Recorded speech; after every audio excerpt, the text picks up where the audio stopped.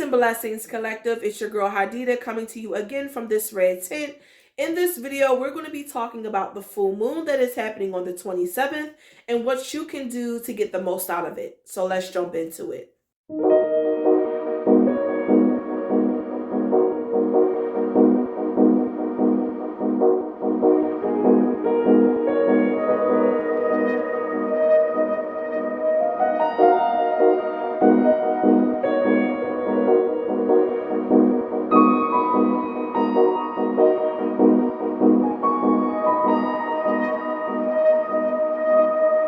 Okay, so as you probably know, the 27th is the full moon, and it's a really important one because we're just coming out of Mercury retrograde, and the Mercury retrograde, with it leaving, it's the energy of revisiting what has happened in the past and calling forth things that happened in the past in order to deal with them and to heal them and to kind of get another perspective on them. So with the full moon being in the sign of Virgo on the 27th of February, it really is a time for us to be reflective. Virgos are extremely reflection oriented.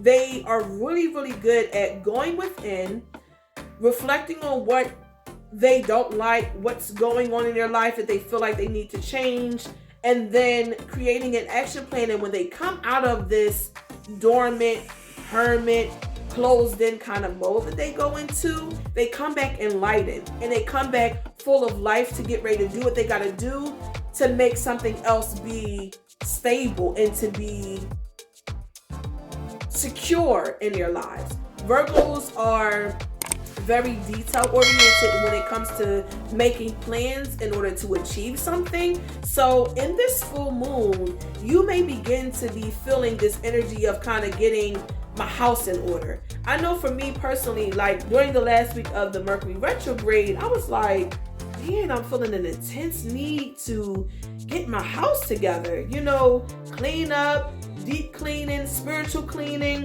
do a good wash on my floors, get in the cracks in the corners in the ceiling, deep clean the kitchen. I'm like, what the heck is going on? I'm not pregnant, so I'm not nesting, but the moon being in Virgo perfectly helps me to understand why I was having all of those needs to clean and to nest and to get my house in order. Virgo is very much about getting its house in order, making sure its house and its foundation is extremely stable so that it can build on top of that. And something else that you may be experiencing during this full moon is the feeling of, man, if my house isn't in order, if I don't have my things together, let me either A, go into seclusion, or B, totally dismantle it so that I can build on much more stable ground. So you may be having this feeling of like, let me trash everything that I've done since the beginning of the year and start all over anew. And rather than that, I want to encourage you to check out the next video that I'm going to post, which is going to be about some full moon rituals and things that we can be doing to help us kind of harness this full moon energy and really sink our teeth into making the most out of what this full moon is. So an aspect that you may want to deal with during this full moon and that you may be feeling inclined to do is creating a sanctuary inside of your home. While you're going into hermit mode, right, which is the characteristic of the Virgo, while you're in reflection mode, while you're thinking about the things that you no longer want in your life, what things you might need to dismantle in order to gain stability in your life, while we're kind of working through those things, it may be beneficial for you right now to build a sanctuary, because when you don't want to be out and about in the world, you need that place inside your home where you can come and you can be free and you can be cozy, you can be comfy. So get yourself a nice plush rug. If you have one in the home, like repurpose it to another corner.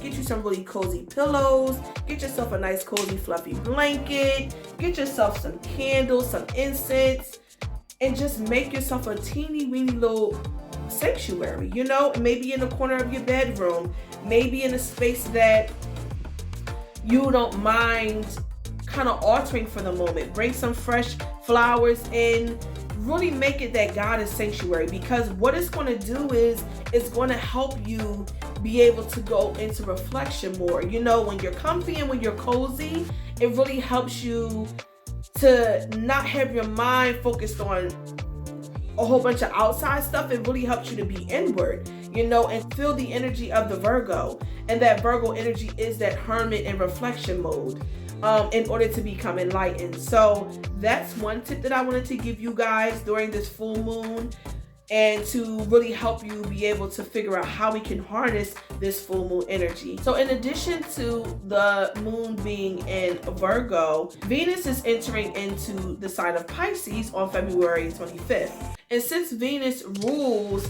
the love and the connections in our lives, and Pisces rules the emotions and kind of being really deep and dark and getting into those inner parts of ourselves, when you combine the two, you may be feeling a little reflective because of the Virgo energy, but also emotional because of the Pisces energy in our relationships. Because Venus is dealing with love and is dealing with connections, we may have that desire to be really connected and really more in tune with our loved ones and with our significant others and with our mates during this time. So when you marry the energy of the moon in Virgo and Venus in Pisces, when you put the two of those together, it can help us to see what aspects of our lives need to be organized, and then realizing that it's okay to find balance in the emotions.